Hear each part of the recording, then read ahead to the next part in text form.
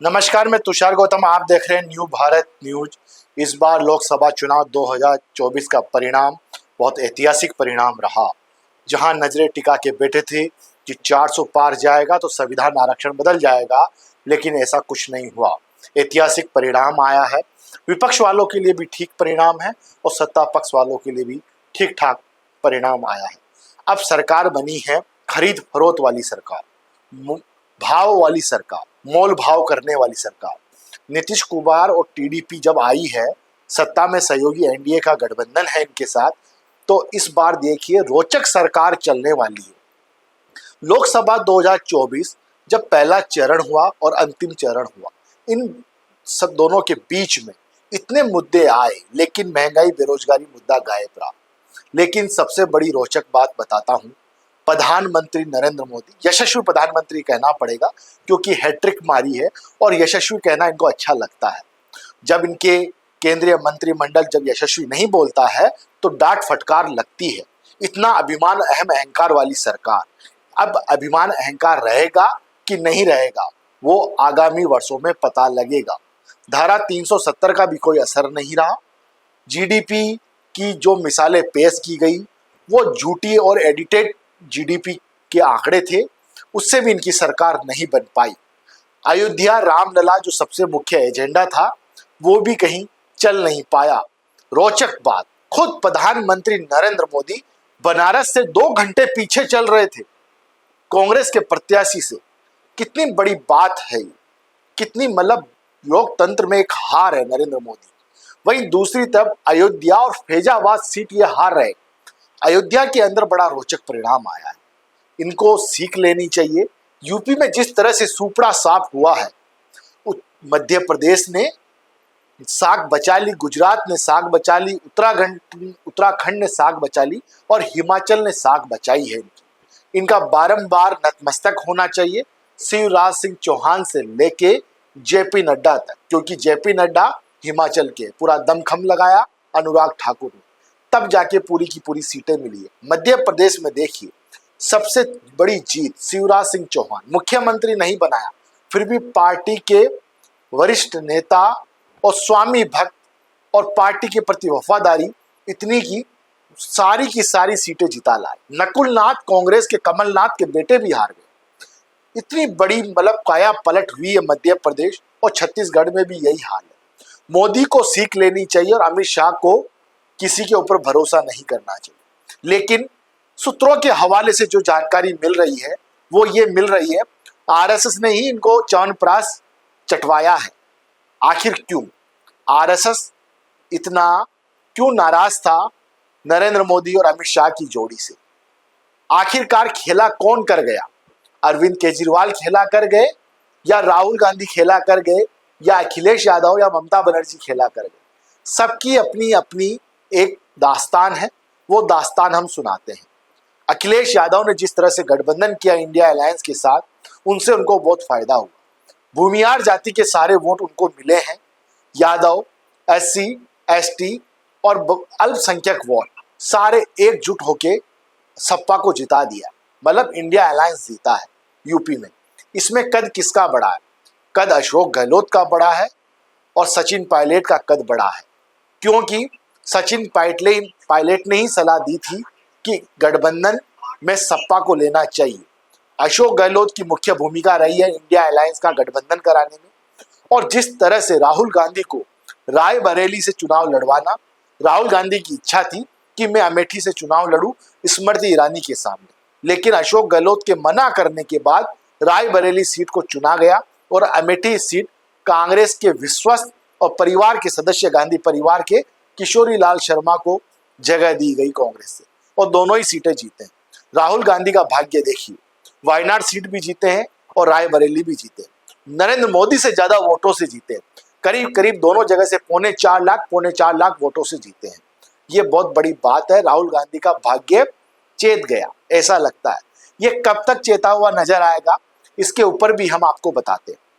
लेकिन इस बार चुनाव में कहाँ चूक हुई बीजेपी के दोनों कद्दावर नेता से, नरेंद्र मोदी और अमित शाह। ये दोनों हैट्रिक के निशान वो हिलाते हिलाते थक गए होंगे, लेकिन मैं आपको बता देता हूं नरेंद्र मोदी की टीआरपी गिरी है पूरी दुनिया के अंदर और अमित शाह की टीआरपी गिरी है। अमित शाह को नरेंद्र मोदी को गुंडों की जोड़ी कहा जा रहा है, लेकिन ऐसी गुंडागर्दी के कोई सबूत आए नहीं।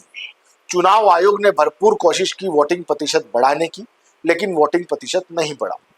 इस बार का चुनाव में तेलंगाना, केरल में, साउथ की तरफ, आंध्रा की तरफ बीजेपी का खाता खुला है। ये बहुत बड़ी बात है।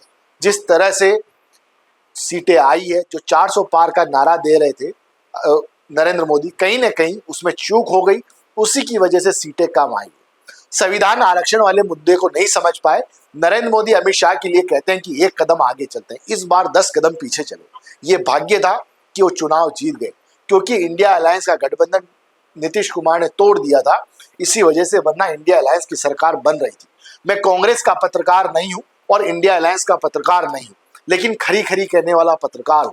सुनना चाहिए, समझना चाहिए, मन को, दिल को टटोलना चाहिए, तब जाके बात पता लगेगी कि इस बार लोकसभा चुनाव 2024 की निगाहें पूरी दुनिया ने लगा के बैठी थी।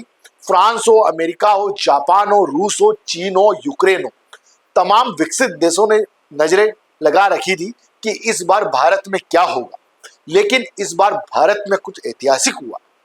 सब कह रहे थे, ट्रंप से लेके बाइडेन तक, और कि इस बार भारत के अंदर 400 पार सीटें आ रही, लेकिन हुआ क्या, 250 भी नहीं गए। गठबंधन से भले 291 आ गए हैं, लेकिन बीजेपी खुद 240 पार नहीं गई। ये कहां चूक हुई? संविधान आरक्षण की बात पहले चरण में ही आ गई थी, लेकिन नरेंद्र मोदी, अमित शाह में इतना गुमान की, इतना अहम अहंकार, राजनाथ तक, जेपी नड्डा तक की नहीं सुनी, और पीयूष गोयल को तो दरकिनार कर दिया, नितिन गडकरी को दरकिनार कर दिया, दोनों ही जोड़ी लगी रही। ये कहते हैं इसे अहंकार और अभिमान। आरएसएस ने भाप लिया था सेकंड चरण में, इसी वजह से पीछे हट गई और आरएसएस ने साथ नहीं दिया। योगी के लिए अमित शाह ने कहीं कहा है, जो हमको सुनने में आया था चुनावी सभा में, यूपी में कोई परमानेंट नहीं है। शायद योगी समझ गए थे। जैसे ही अरविंद केजरीवाल जेल से आए, यूपी में सभा करी, कहा कि योगी 2 महीने बाद सीएम की कुर्सी पर नहीं रहेंगे। तमाचा वहीं लगा दिया। शायद योगी ने अखिलेश को लाभ दे दिया, ऐसा लगता है, क्योंकि जिस तरह से उत्तर प्रदेश के अंदर सुपड़ा साफ हुआ है, उसमें कहीं ना कहीं भूमिका अरविंद केजरीवाल की रही है और अमित शाह की रही है। अमित शाह का जो वक्तव्य था, वो कहीं ना कहीं ले डूबा जहाज को यूपी के अंदर। ऐसा माना जा रहा था यूपी सर्वाधिक सीटें देगा, लेकिन सबसे कम सीटें यूपी से मिली है। इससे अंदाजा लगाया जा सकता है कि सुनामी लहर किधर चली गई। आखिरकार नरेंद्र मोदी की कमर ढीली हो गई और 5 तारीख को जब नतीजे आ रहे थे, चेहरा उदास था। शाम को भले पार्टी कार्यालय में आए, उतना आत्मविश्वास नहीं था। अब भाजपा को आत्ममुक्तता से निकलना चाहिए और मंथन करना चाहिए कि ऐसे अहम अहंकार दम्भ से कहां काम चलेगा। अब सरकार है खरीद फरोख्त की, मोल भाव की। नीतीश कुमार हमेशा डराते धमकाते रहे हैं, जब भी सत्ता में रहे हैं, खून चूसते रहे हैं नीतीश कुमार, क्योंकि नीतीश कुमार हमेशा मौसम की तरह बदलते हैं, मौसम के अनुसार चलते हैं। इस बार क्या करेंगे नीतीश कुमार, ये आगामी दिनों में आपको पता लगेगा। जनता में ट्रोल हो रहे हैं नीतीश कुमार, एक महिला की तरह है। शाम को आते हैं और एक पर्ची थमा देते हैं, जिसमें टमाटर, प्याज, ये लेके आइए, वो लेके आइए। यदि नरेंद्र मोदी नहीं लेके आते हैं उनके लिए कुछ, तो आखिरकार क्या वो व्यवहार अपनाएंगे? वो गठबंधन तोड़ेंगे या इंडिया अलायंस के साथ जाएंगे? ये भी देखना बड़ा रोचक है। सभी अखबार के, टीवी चैनल्स के एग्जिट पोल भी फेल हो गई। जिस तरह से गोदी मीडिया ने 410 से लेकर 422 सीटें बताई थी एग्जिट पोल में, वो सीटें कहाँ गई? पूछना चाहता हूं गोदी मीडिया से कि आप जो बता रहे थे कि 422 का आंकड़ा छुएंगे, लेकिन दैनिक भास्कर अखबार ही एक ऐसा था जिसने एग्जिट पोल के सटीक आंकड़े बताए, मतलब अनुमान बताया, और अनुमान लगभग फिट होता नजर आ रहा है। राजस्थान की देखिए हालत, किस तरह से बर्बरदा जैसी हालत हुई है। राजेंद्र राठौड़ की वजह से 5 सीटों का नुकसान, वसुंधरा राजे की वजह से भाजपा को नुकसान, रिचपाल मिर्धा, ज्योति मिर्धा, जो सबसे करप्शन के इनके ऊपर आरोप लगे हुए हैं, उस परिवार की तरफ से भी इनको नुकसान पहुंचा है। हनुमान बेनीवाल से अलायंस नहीं होने दिया एक पार्टी, भाजपा पार्टी के नेता, राजस्थान के कद्दावर नेता ने। अहम अहंकार टकरा रहा था, इसी वजह से चुनाव हारे। राजस्थान के अंदर मीणा, गुर्जर, राजपूत, जाट एकजुट होके कांग्रेस को वोटिंग करी, इसी वजह से 11 सीटें जीत पाए। जयपुर ग्रामीण सीट वेंटिलेटर पर थी, कहा जा रहा, आरोप लगाया जा रहा प्रशासन की वजह से ये सीट बीजेपी के खाते में गई है। देखो, जीतता है वही सिकंदर होता है। अनिल चोपड़ा ने काफी अच्छा चुनाव लड़ा और काफी अच्छी टक्कर दी। नवयुवक है, पहली बार चुनाव लड़ रहे हैं सांसद का, कभी एमएलए का चुनाव नहीं लड़ा, प्रधानी का चुनाव नहीं लड़ा। भले छात्र संघ का चुनाव लड़ा था, जीते भी थे, लेकिन इस बार सीधा उन्होंने भाग्य आजमाया सांसदी में। सांसद तो नहीं बन पाए, लेकिन अपना ग्राउंड तैयार कर लिया। जो कद्दावर नेता राव राजेंद्र सिंह को धूल चटाना चाह रहे थे, लेकिन धूल चटा नहीं पाए, लेकिन पसीना बहा दिया उनका। इस तरह से मैनेजमेंट से चुनाव लड़ा। राजस्थान के अंदर राजेंद्र राठौड़ की वजह से दोबारा दोहरा रहा हूं, 5 सीटों का नुकसान। सीकर, झुंझुनू, चूरू, हनुमानगढ़, नागौर, इन सीटों पर प्रभाव पड़ा है। कद बड़ा है गोविंद सिंह डोडासरा, नाथी का बाड़ा। नाथी का बाड़ा एक हंसी मजाकिया शब्द है, अन्यथा मत लीजिए, लेकिन गोविंद सिंह डोडासरा ने जिस तरह से कैंपेनिंग करी, उसका फायदा नजर आया। अब भाजपा को गोविंद सिंह डोडासरा का सब्स्टिट्यूट ढूंढना पड़ेगा। कांग्रेस का श्रेय जाता है अशोक गहलोत, सचिन पायलट और गोविंद सिंह डोडासरा को। जिस तरह से तीनों ने अलग अलग तरीके से केमिस्ट्री चलाई और मेहनत करी, उसका नतीजा ये रहा। 10 साल से 0-0 पर आ रहे थे, अब डबल डिजिट में सीटें लेके आए। राहुल गांधी को आश्वस्त किया था अशोक गहलोत ने कि हम डबल डिजिट में आ रहे हैं। कहीं ना कहीं राहुल गांधी के सपनों पर खरे उतर रहे हैं।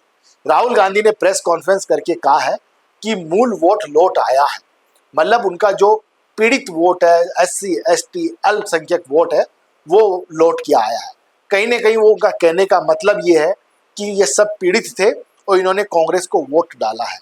कि जिस तरह से इंडिया अलायंस पहले ही चेत जाता 6 महीने पहले, शायद सरकार इंडिया अलायंस की बन जाती। योगेंद्र यादव ने कहा है कि अयोध्या सीट जाना बहुत बड़ा नुकसान है, क्योंकि रामलला जो ये बात कर रहे थे, रामलला के लिए बेनिफिट रहेगा। शंकराचार्य जी ने भी विरोध किया था कि शुभ मुहूर्त में मंदिर का करिए उद्घाटन, लेकिन नहीं माने, सिर्फ एक चुनाव की वजह से जल्दबाजी करी। इन सब का खामियाजा भाजपा को भुगतना पड़ा है। अब योगी का क्या होगा और हरियाणा में क्या होगा? जब से मनोहर लाल खट्टर को हटाया है, नए मुख्यमंत्री बने हैं, उनसे संभल नहीं पा रहा हरियाणा। राजस्थान में भी भजन लाल शर्मा का क्या होगा? लेकिन केंद्रीय मंत्री कौन बनेगा राजस्थान से, उसके बाद तय होगा कि राजस्थान में कुर्सी बदलेगी या यही भजन लाल शर्मा स्थायी रहेंगे। आखिरकार ये फैसला कौन करेगा? RSS करेगी नागपुर वाले, या नरेंद्र मोदी अमित शाह ही फैसला लेते रहेंगे? नरेंद्र मोदी अमित शाह ने जहाँ जहाँ फैसले लिए, कहीं ना कहीं उनको वहां पर जीत भी मिली, कहीं नुकसान भी हुआ। रोड शो की यदि हम TRP देखें और उसकी सक्सेस रेट देखें, हम सक्सेस रेट कि उसके अंदर मोदी की सक्सेस रेट ज़्यादा रही है। उसके बाद नंबर 2 पर राहुल गांधी, तीसरे नंबर पर अमित शाह रहे हैं, JP नड्डा 4th पर रहे हैं, अखिलेश यादव भी नंबर 1 पर रहे हैं। देखिए क्षेत्रीय पार्टी के अनुसार अरविंद केजरीवाल को जेल में नहीं डालते तो राजनीतिक पंडित बता रहे हैं कि दिल्ली में तमाम सीटें, 5 की 5 सीटें दिल्ली में आप पार्टी के पास आती। आखिरकार इनको पता था भाजपा वालों को कि ऐसे हाथ नहीं लगेगी। उनको चुनाव से पहले जेल भेजा गया, कांग्रेस के खाते फ्रीज किए गए, लेकिन फिर भी विपक्ष इस बार मजबूत है।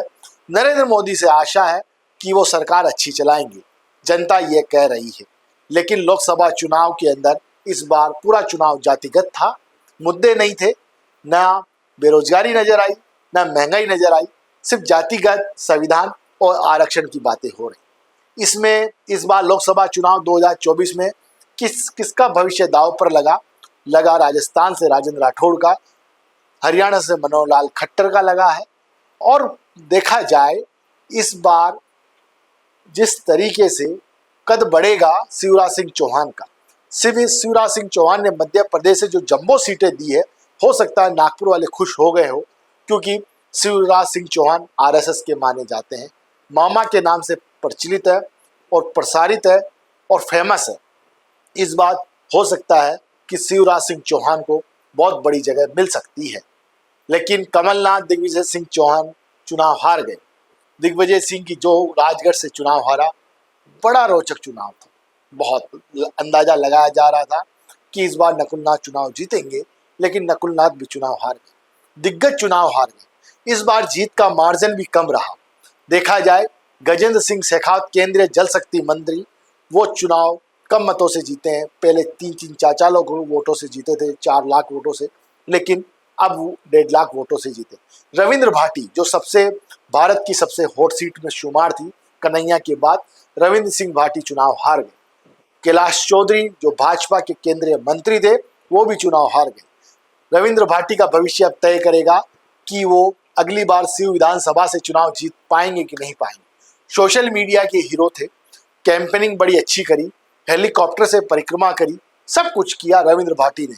रविंद्र भाटी के साथ बाहर के युवा भी थे, लेकिन पार नहीं पड़ी रविंद्र भाटी की। लोकसभा चुनाव लड़ा है एक लाठे ने, जो 26 साल का लड़का है, लेकिन वोट काफी बटोरे हैं। ऐसे ही सीपी जोशी का भी केंद्रीय मंत्री में नाम आ सकता है, जो राजस्थान से प्रदेश अध्यक्ष है। इन्होंने भी काफी मतों से इस बार चुनाव जीता है। लेकिन रोचक बात, राजस्थान में जो आयातित नेता थे वो हार गए। कृछपाल मिर्धा हो, महेंद्र सिंह मालवीय हो। बांसवाड़ा की सीट आदिवासी सीट है। महेंद्र सिंह मालवीय राजस्थान कांग्रेस के अंदर कैबिनेट मंत्री थे, लेकिन किस वजह से उन्होंने पाला बदला और सीधा भाजपा ने उनको सांसदी का टिकट दिया। लेकिन इस बार वो भी चुनाव हार गए।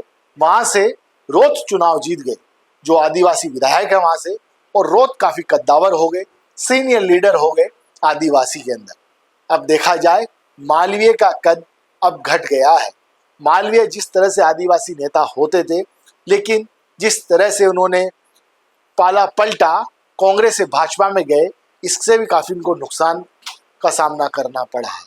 क्या मालवीय का भविष्य अब खत्म है? ये आगे बताएगा। आप देखते रहिए न्यू भारत न्यूज। सहयोगी अमित शर्मा के साथ मैं तुषार गौतम, न्यू भारत न्यूज, जयपुर।